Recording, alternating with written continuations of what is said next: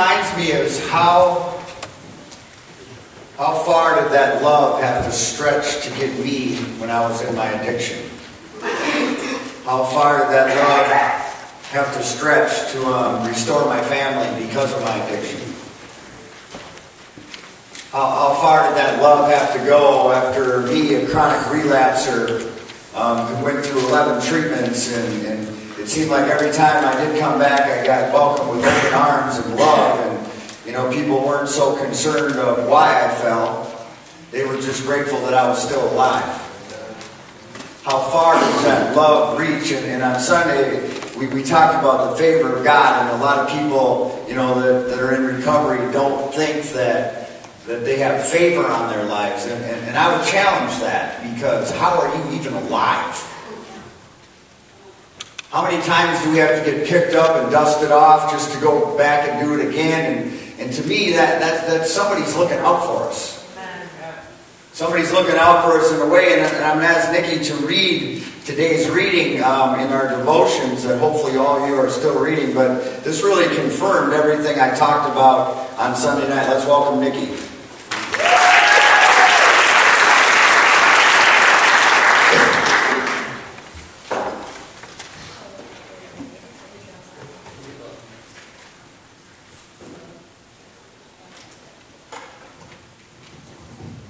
So November 12th says, "This is a time of abundance in your life. Your cup runneth over with blessings. After plodding uphill for many weeks, you are now traipsing, just like you, through lush meadows drenched in warm sunshine. I want you to enjoy to the full this time of ease and refreshment. I delight in providing it for you. Sometimes my children hesitate to receive my good gifts with open hands. Feelings of false guilt creep in, telling them they don't deserve to be so richly blessed. This is nonsense thinking, because no one deserves anything from me. My kingdom is not about earning and deserving, it's about believing and receiving. When a child of mine balks at accepting my gifts, I am deeply grieved. When you receive my abundant blessings with a grateful heart, I rejoice. My pleasure in giving and your pleasure in receiving flow together in joyous harmony."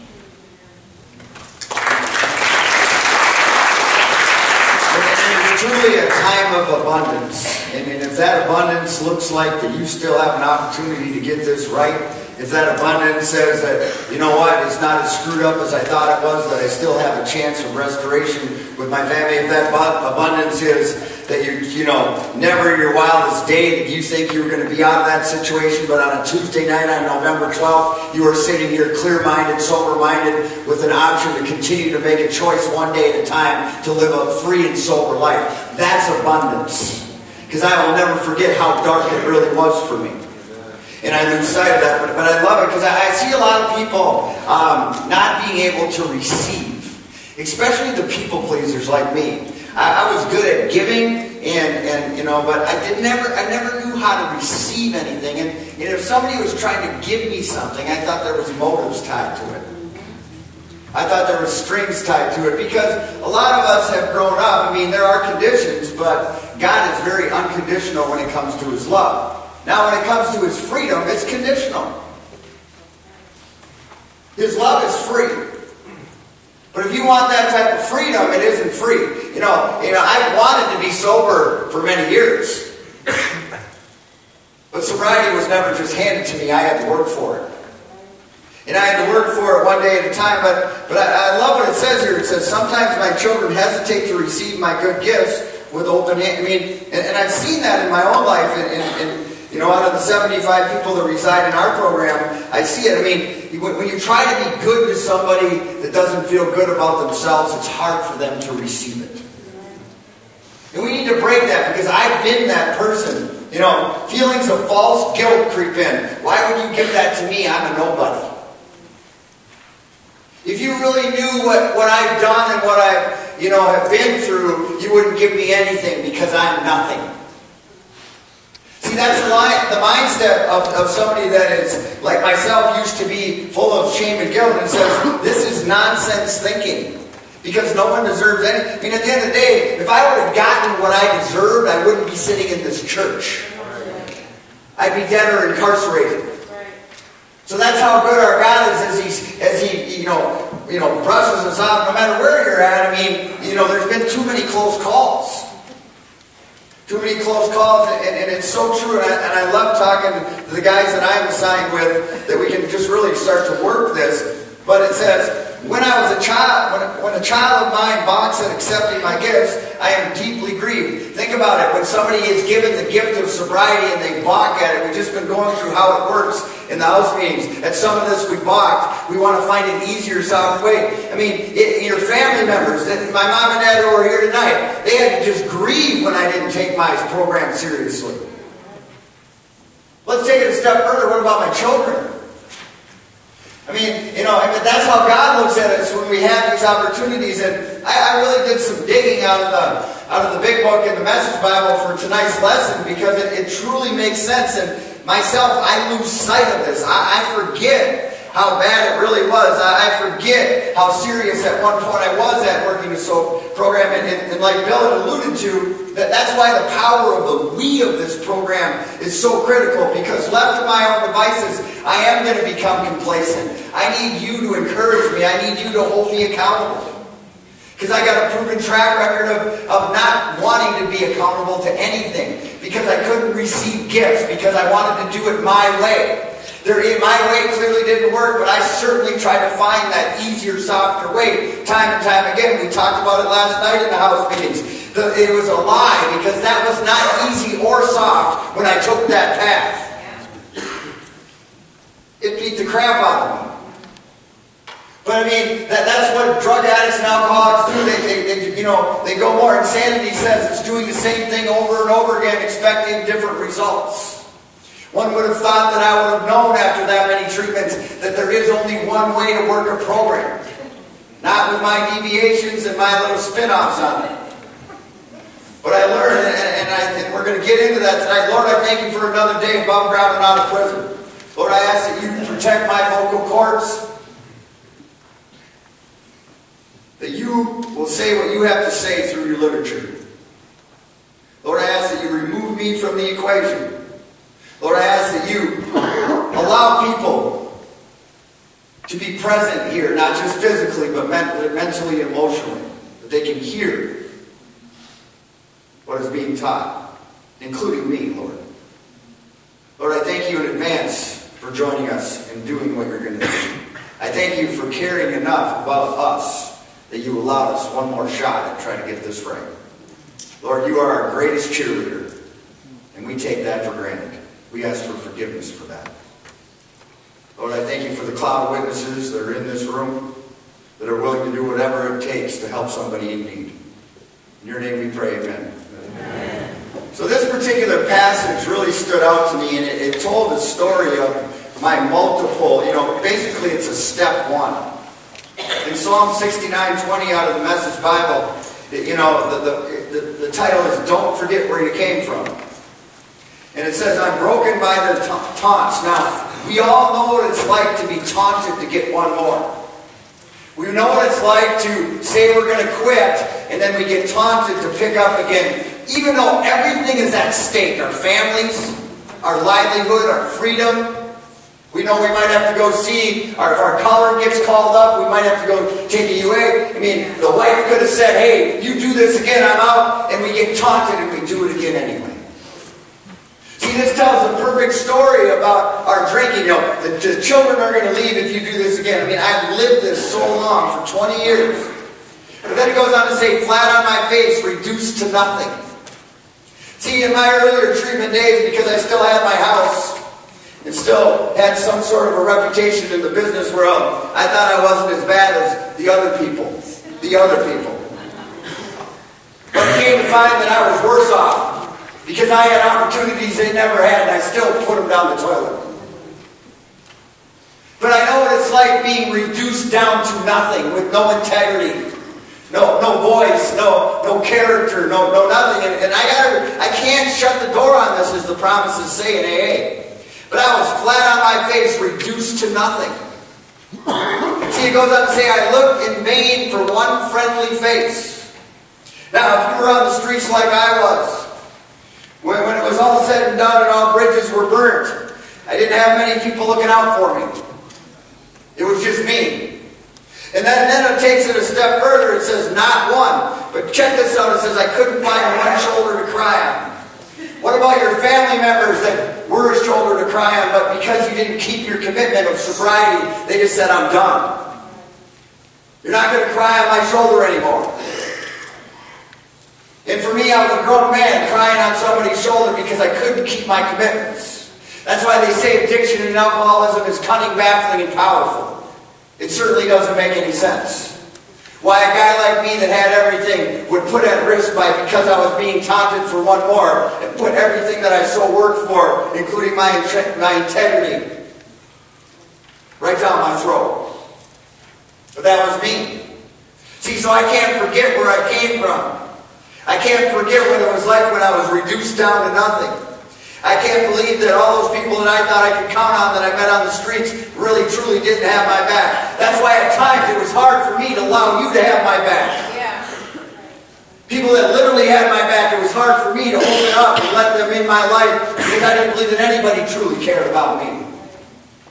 Because I had been down and reduced down to nothing and then shoulders to cry on. I mean, if you were a drug addict like me or an alcoholic like me, they just got tired of me coming crying because I'd cry, I'd lie, and then I'd drink. Amen.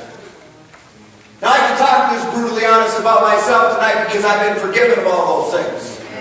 I can be this honest. You know, here's the thing. I mean, people, over 9 years of Serenity Village, I've seen all walks of life walk in these doors.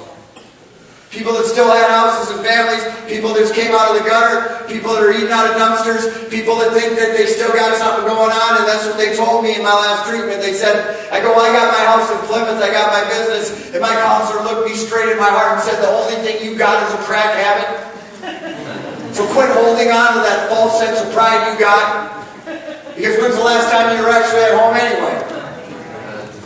And it's so true, but I love what Psalm 88 says, verses 3 through 9. It tells my story and it tells your story. God, you're my last chance. See, Mark Horvath, who's here tonight, told me a long time ago, you don't know how much you need God until God is all you got.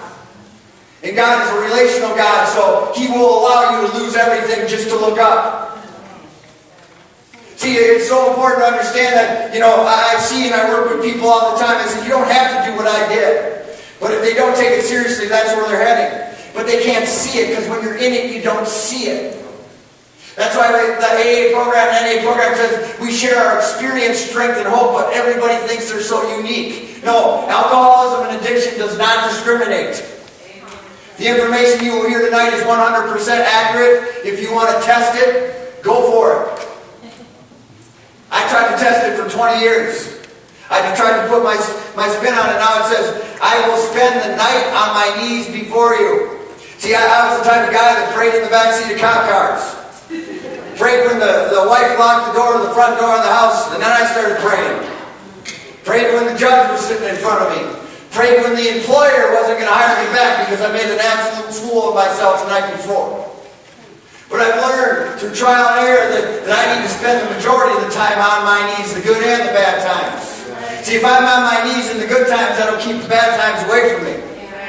So I got to do more than just pray when I'm in trouble. But here it's talking about when it was our last chance. I spend the night on my knees before you. Put me on your salvation agenda. Take notes of the trouble I'm in. I've had my fill of trouble. I'm camped out on the edge of hell. You remember what that looked like? The edge of hell in our addiction. And we looked up. And He's faithful. And He brought us here. He's faithful. Because of how bad I really was on the edge of hell, only He could have done it. Because I tried to do it on my own strength. And it goes on to say, I'm written. See, this is how I used to feel. I'm written off as a lost cause, one more statistic, a hopeless case. People have spoken as over us because they were tired of us crying on their shoulder. Well, I don't think he's ever going to get it. And then when you finally get it, I've been working with some of the men in the program as as of late, when they finally do get it, they can't even enjoy it because then the enemy's telling you, why did it take so long? It don't matter how long it took, at least you got it today. Quit listening to those voices in your head. And it goes on to say now, one more statistic, one more broken family, one more dead drug addict. You're seeing it all over the place in the young generation with heroin right now. One more statistic, one more hopeless case. Abandoned as already dead. A dead man walking. No emotions, no feelings, just on search for one more.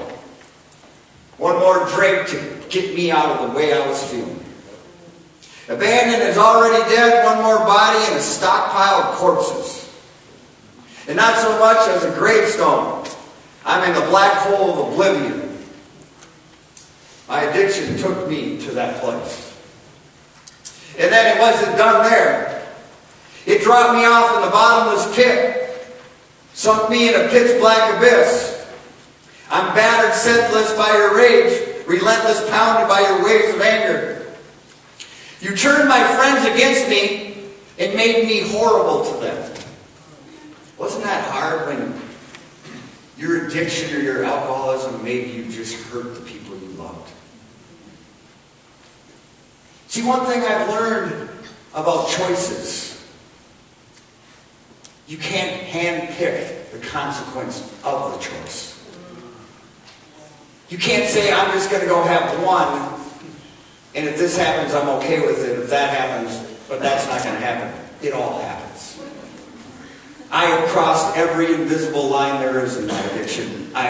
All those statements I said, well, at least I will never do that, I did them all.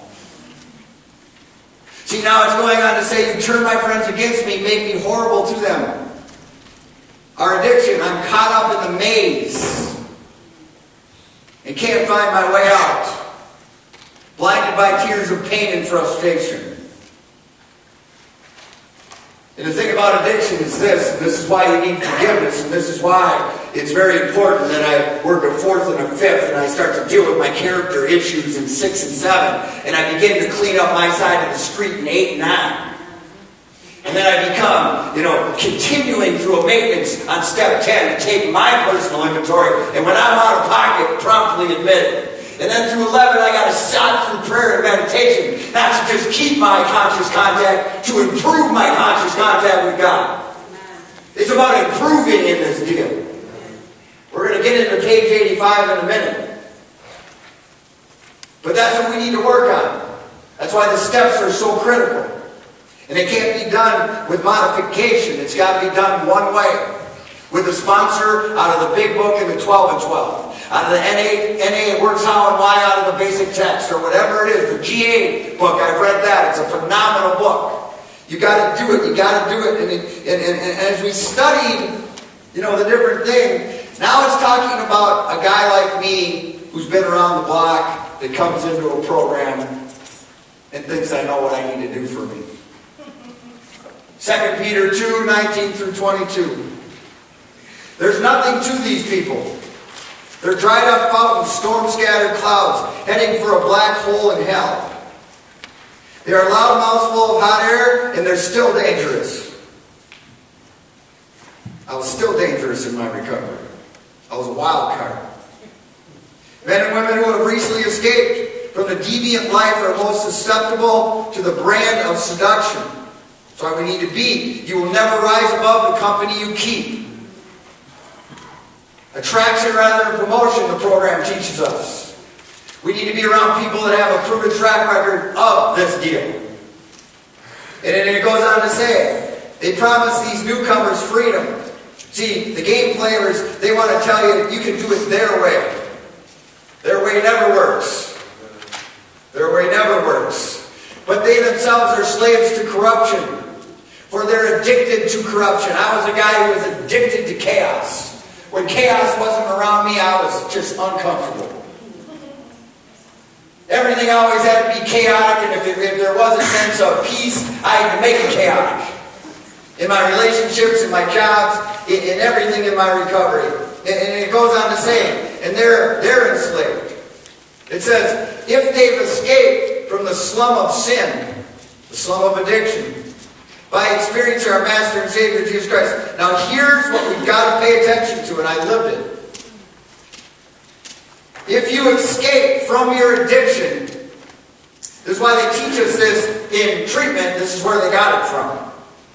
And they slip back into the same old life again, they're worse off than they had never left. That's why they tell you in treatment, told me in treatment, you pick up where you left off and worse. That's where they got it from, right here. Better not to have started out on the straight road to God than to start out and then turn back repudiating. And I looked up that word, I don't even think I said it right. See what happened with a guy like me who's been through 11 treatments? I'd start out, I'd experience sobriety, then I'd turn my back on it. I didn't want anything to do with the 12 steps. With God, I know what I need to do. And basically I'm turning my back. It would have been better that I never even started to get sober. Because when I returned to my addiction, it was a living hell. And I wasn't just on the edge of hell then, I was closer to the pit of hell. And it's so important that we grasp it. And it says, to prove the point of Proverbs, as a dog goes back to its own vomit. That's what we do when we go back to our addiction. And for the life of me, I read that many years ago and continued to relapse. I never knew it was so intriguing about that vomit. But check out what it says in another proverb. A scrubbed up pig's head for the mud. See, I come out of my treatment and get all cleaned up and get a little bit of grace back with the family, get some money in my pocket. Then I'd return to my vomit. See, I was the comeback kid, but I never stuck around too long. I worked it long enough to get something back that I lost, but I never worked the steps. Maybe went to meetings, but I was in and out. And I've learned through a lot of trial and error. Now, last couple house meetings, all the house meetings, we've been talking about how it works. The first sentence of AA, how it works, I think it's chapter 5, says, rarely have we seen a person fail that has thoroughly followed our path. Any deviation from thoroughly, you're done. The one thing I've learned about the enemy, called the addict, he'll allow you to build even more stuff up if you're not working the thorough program, just to make more of a laughing stock out of you. See, it's one thing to go back and use right away because you don't have anything. I mean, it's not as painful when you use right away and you don't have anything to lose. But when you built it up for 6 months, and you got everybody trusting you again, and you're back working again, and the judge is okay with you again, and then you stop working a thorough program, you got a lot to lose. See, and another thing how it works it says they are not completely, so we're talking about completely and thoroughly. Here's one thing that stood out to me. Usually men and women who are constitutionally incapable of being honest with themselves. See, I've heard this chapter 5 read 1,000 plus times in 20 years in meetings. But I always thought it said people got to learn to be honest with other people. It's not what it says. What it says is you got to be honest with yourself. You got to be honest with yourself to the degree if you don't work a thorough program, you are going to die. And obviously, if you're honest with yourself, you're going to be honest with other people. But it comes down to this. Are you able to be honest with yourself to know that this has to be done?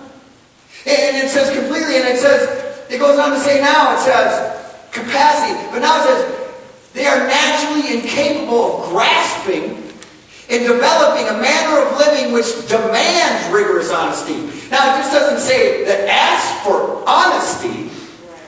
It says you got to be honest with yourself, but it says you got to, this program, this AA program demands rigorous honesty with yourself. That type of honesty says that my recovery has to come first. Always. I have to work a thorough program all the time. But then they give us a little leeway here. But it says that some of this we balked. We thought we could find an easier, softer way, but we could not. Who has tried to find an easier, softer way? And if you did, you wouldn't be sitting in here. But it says clearly, and I didn't pay attention to this, we could not. It says we beg of you to be fearless and thorough from the very start. Now, I was reading out of Galatians 4 in the house meetings too. Why does somebody have to beg us to work the program? Shouldn't we have to beg somebody else to work the program with us?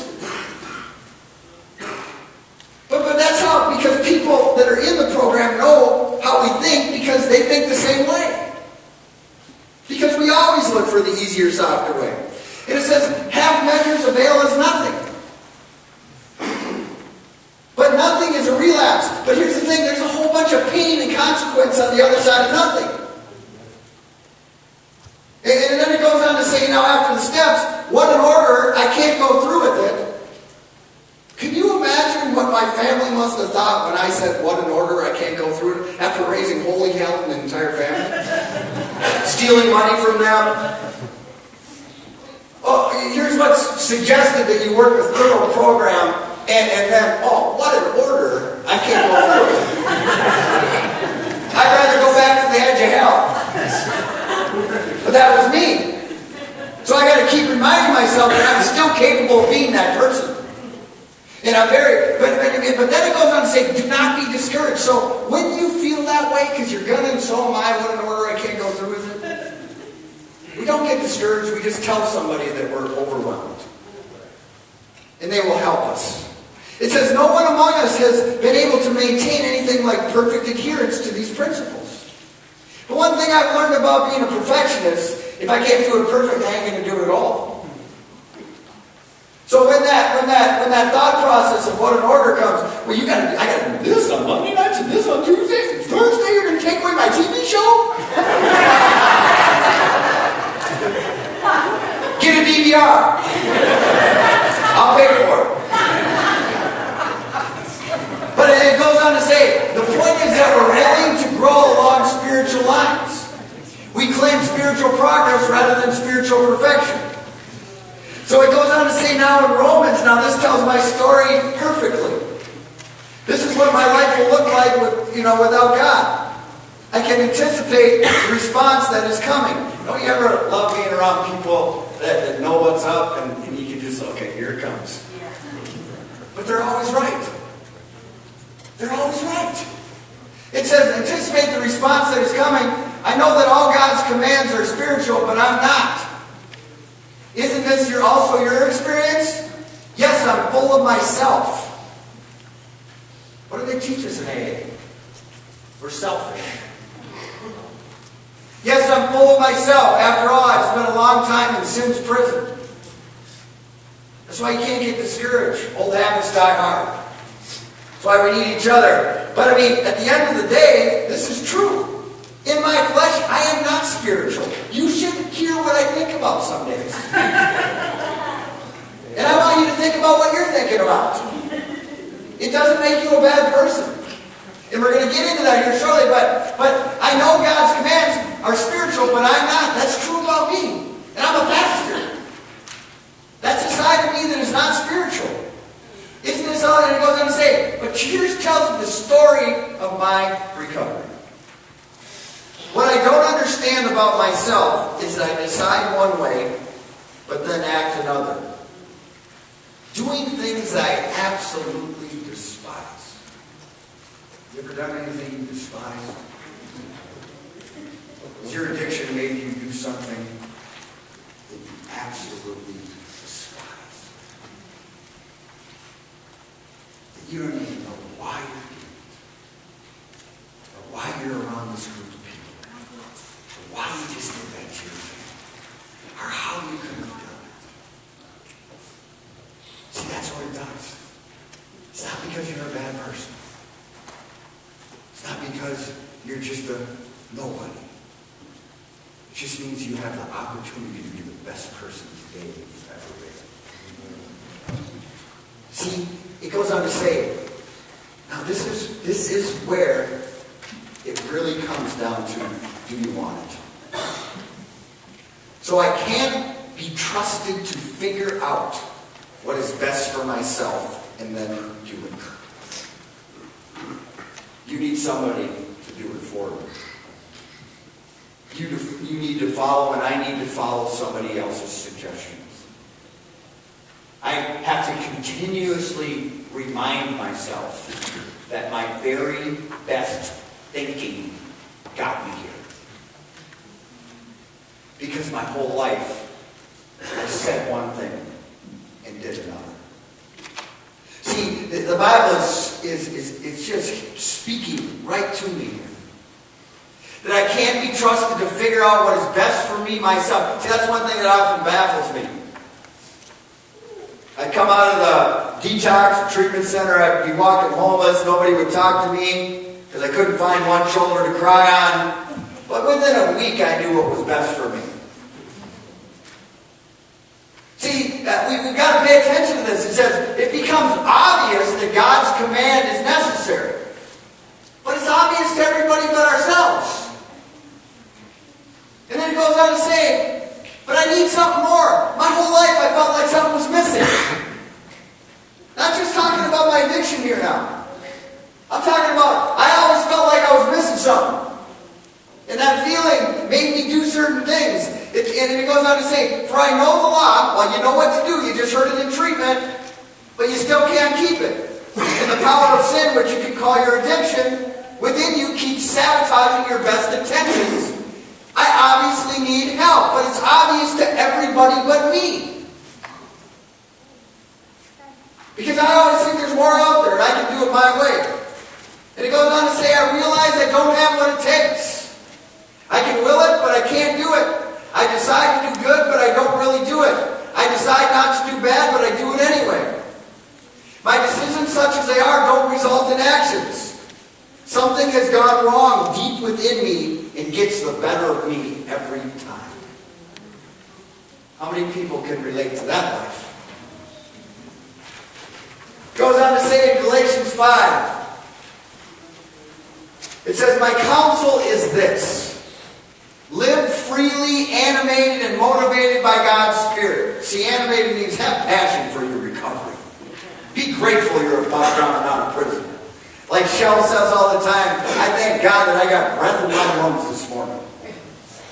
See, but then it goes on to say, and this is where it tells me I'm not crazy. I don't need to be evaluated. Or maybe I might, but it says, then you will feed the compulsions of your selfishness. For there is a root of sinful self-interest in us that is at odds with the free spirit. See, people are misinformed. They think structure will hold them captive. Structure gives you freedom. NA program says, I believe, correct me if I'm wrong, Shel, the broader the base, the higher the level of freedom. See, I mean, the structure that I have 9 years later, and I still live like I live in the houses because I got more accountability with my wife than I would ever have living with you. And I need it because that I'm free. It says, just as the free spirit is incompatible with selfishness. So they're at conflict with one another. These two ways of life are how do you say it? Somebody tell me. Antithetical. I looked up that word. I can't say it, but I looked it up. They're opposed to one another. That's the war that you're feeling inside yourself all the time. That's why I love the Clash's song, Should I Stay or Should I Go? Because I always thought there was something more. I never enjoyed my current circumstances because I thought I was missing something. Goes on to say these two ways, or whatever that word is, they're opposed to each other. So you cannot live at times. Check this out now. Remember what we learned in the earlier scripture? You don't know what's best for you. Surrender to that thought right now. Amen. You need to surrender. I need to surrender on a daily basis to that thought. It says, you cannot live at times one way and at times another way according to how you feel on a given day. We got to live by principles. If I lived how I feel, I would have been high today. Just to tell you the truth, God has lifted, like AA told me, my desire, but I still think about it. And if you don't tell me you don't, you're lying. It happens. I'm not saying every day, but you all think about it. I mean, it's just like, just be real. Now it's going on to say, it's so important that we grasp this. It says, why don't you choose to be led by the Spirit so you escape the erratic compulsions of a law-dominated existence. Now, this is page 85 in the big book. Now, all biblical. But God inspired Bill and Bob to do what they did because they knew we were closed-minded. It goes on to say, it is easy to let up on your spiritual program of action and rest on your laurels. I asked my accountant, what does that mean today? Not the sharpest tool in the shed. I'm not ashamed to be not academically strong anymore. I ask questions. So I said, what does it mean to rest on your laurels? He said, more or less, thinking what you learned yesterday will help you today. And basically, I'll just read it what he said. Get by through your past achievements. You ever lived on the glory of yesterday? Why? Yeah, I was this, I was that. But what are you now? I'm a crack addict. Get by your past achievements, not looking to improve. We can't live like that. Because it goes on to say on page 85, we are heading for trouble if we do. For alcohol is subtle. Did you ever think you were going to relapse again? No. It's subtle. The Bible says that he crawls around like a roaring lion looking for somebody to devour. Alcoholism and addiction knows exactly when to pounce on you. And it's subtle. It says, we are not cured of your alcoholism. In your flesh you're not. In your spirit you are. Amen. See, I put it to the test. I picked up where I left off and worse every time. See, so it goes on to say, what we are really have is a daily reprieve contingent, so it's conditional. Your sobriety is conditional. Your freedom with God is conditional. Your ability to get the fruits of the Spirit is conditional on how you live. His love isn't conditional of you. There's nothing the Bible says that can separate you from that love. Try not loving your own children once. They can be the biggest hell on wheels in the world. You still love them. That's how God looks. And it goes on to say now, this is right out of the big book, all biblical. What we really have is a daily reprieve contingent on the maintenance of our spiritual condition. Every day is a day when we must carry the vision of God's will into all of our activities. So what do you do if you don't even know what that means? You do what Serenity Village or what your meetings do. What is the vision of AA or Serenity Village? To help people. We talked about vision on Sunday morning.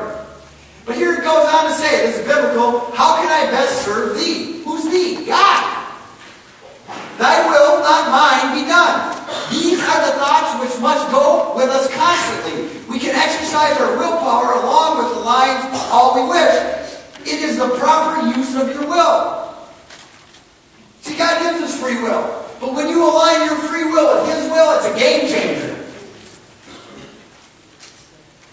And it's so important that we guys it. Now it goes on to say in page 85, much has already been said about receiving strength, inspiration, and direction from Him. Who's Him? God. That's why it's a capital H. Right out of the big book. It's not a small h. They put a capital H in front of Him because it's God. Amen. Who has all knowledge and power. Now here's the condition.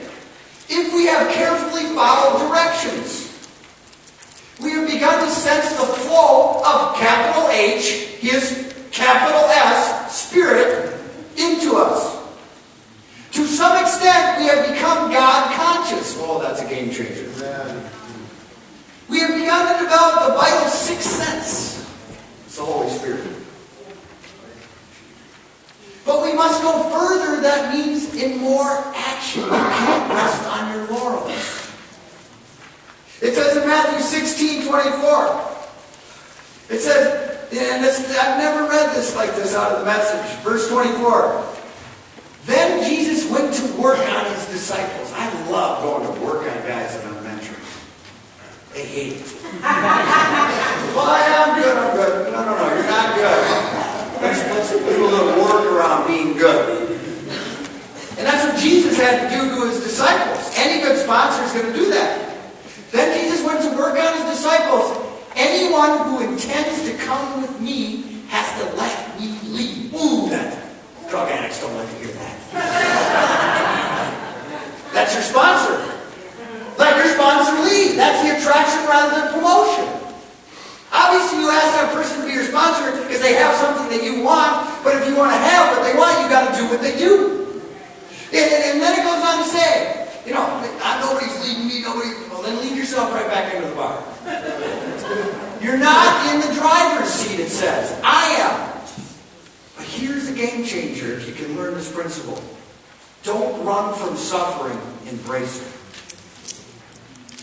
Critical to spiritual development. Follow me and I'll show you how. Self-help is no help at all. If it would have worked, I wouldn't have been here. Here's the ticket right here to your recovery. Self-sacrifice is the way. My way to finding yourself, your true self. I lost myself in service in the steps. By losing myself, I found myself. I lost myself in my addiction. And there was no benefit at the end of it. My addiction was my identity. Today, Christ is my identity. See, it ain't going to make any sense to you. But self-sacrifice is the way, my way to finding yourself. So, what kind of deal is it, the Bible says, to get everything you want, but lose yourself? Have you ever done that? I'll be happy when or if. And we're all talented people. We get the when or if, and we're still not happy. Maybe for a couple days. But I mean, when I grow older, I want to do this, and if you're an alcoholic or an addict, I'm going to do this, and I'm going to get this, and then I'll be happy. Well, I had it all, and I still wasn't happy, and I still relapsed. I had everything this world had to offer: the white picket fence, the house in Plymouth, my business, everything. And I still got high. Because my identity was wrapped up in those things. Today, I can tell you that I lost myself in a program. And I found myself in my true self. It says, what could you ever trade for your soul? Mark 10 says, then Peter began to speak. We have given up everything to follow you. Well, I didn't give up nothing. I lost everything to follow him. I don't know if I would have given it up if I didn't lose it. But that's what it speaks to in our recovery. It has to come first before anything else. And God's Word promises us that if you put your recovery before your house, your brothers, your sisters, your mother, your father, your children, and your property, for your sake, for your recovery's sake, to get to know the one who knows, you will now in return 100 times as much in every one of these areas. It's true. It has happened. And it goes on to say, with that, there'll be persecutions. So don't think the addict or the devil's just going to hand you this stuff. When you start doing the right thing for the right reason, striving for the right result, there's going to be strong opposition. That's why we need each other. That's why we need to be around people. And it goes on to say, let's welcome Terry to read the promises.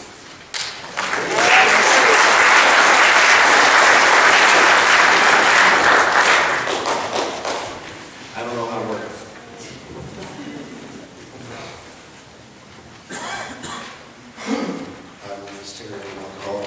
These are the AA promises. If we are painstaking about this phase of our development, we will be amazed before we are halfway through. We are going to know a new freedom and a new happiness. We will not regret the past nor wish to shut the door on it. We will comprehend the word serenity and we will know peace.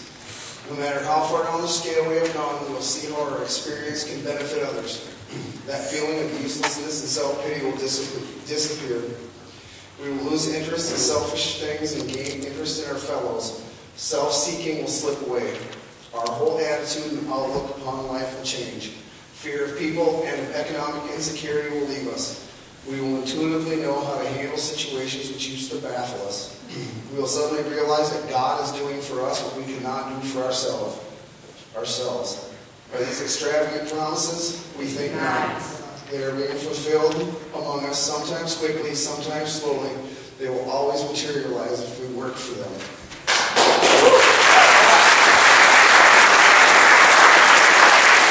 But these promises are conditional. They come after the ninth step. They don't come if you have measured the steps. It says if we are painstaking about this, it's going to be painful. But we forget. And then it goes on to say we are going to know a new freedom and a new happiness. That means a freedom and a happiness you haven't experienced before. You thought happiness was happiness. No, this is a whole different level of happiness. You thought freedom was one thing. No, this is a whole different level of freedom. And you know what it's like when you're free and you're happy? You have no regrets. You will not regret the past nor wish to shut the door on it. You will comprehend. It owns you. The word serenity, and you will know peace. No matter how far down the scale you have gone, you will see how your experience can benefit others. The farther down, the more benefits. It goes on to say, I work with men all the time. They got fear of economic insecurity. That was me. Well, how will I ever make up what I lost? I don't know what my future looks like. Just do what's suggested. God isn't going to lose his reputation over you. It says we will intuitively, that's that sixth sense that talks about on page 85. We will intuitively know how to handle situations which used to baffle us. We will suddenly realize that God is doing for us. See, not just you, for us. What we could not do for ourselves. Are these extravagant promises? We think not. They are being fulfilled among us, sometimes quickly, sometimes slowly. But they always materialize if we work for them. Matthew 6:33. Seek the kingdom of God above all else. Above your job, above your wife, above your husband, above your children, above your finances, above your property, above your parents. Seek God seek your recovery above everything. Because it's a daily reprieve contingent on your spiritual condition. What's the use if you get everything and forfeit your soul? What's the use if you get what you thought you needed and wanted and you still are miserable? Seek the kingdom of God above all else and live righteously. That means it's conditional. You've got to be obedient to the best of your ability.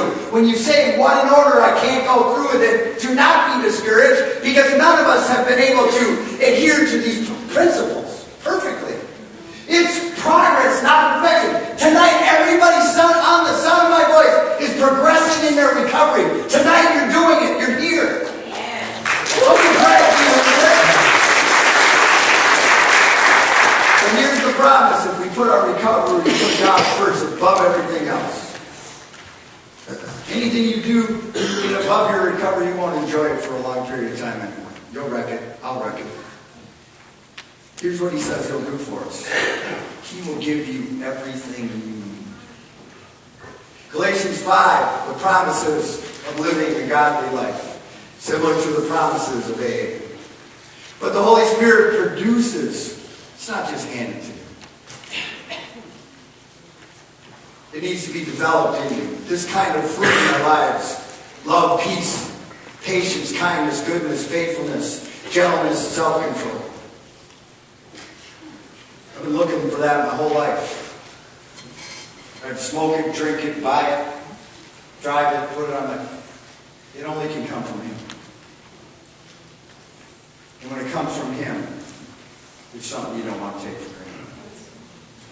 Tonight, each and every one of you is progressing. Give yourself some credit.